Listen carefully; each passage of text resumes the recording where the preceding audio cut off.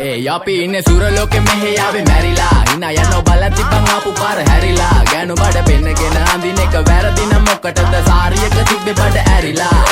ඩෝංගල පතු වෙන්න ඕන් දැම්ම මාළුවන්ට පාන් දැම්ම වගේ ඇවිත් හාල යන්න එන්නේ පහල යන්න ඇවිත් කට වාල යන්න අපි ගැව්වේ මොරන් නිසා පදිරි වෙන්නේ නෑනේ ඔය සාලයන්ට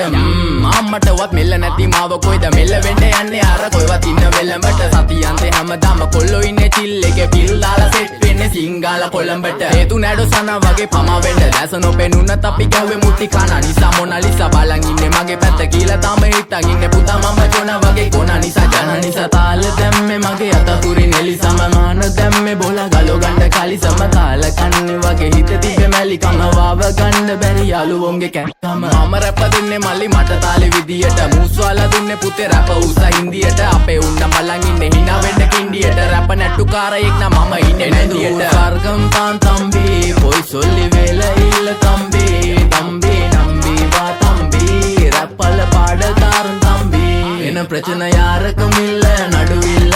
දන්නේ නැති ගානට ඇඹරිල්ල බෝරු වෙන ගොතින් කැරකිල්ල පෙනන වෙන්නේ උඹට මැදගිල්ල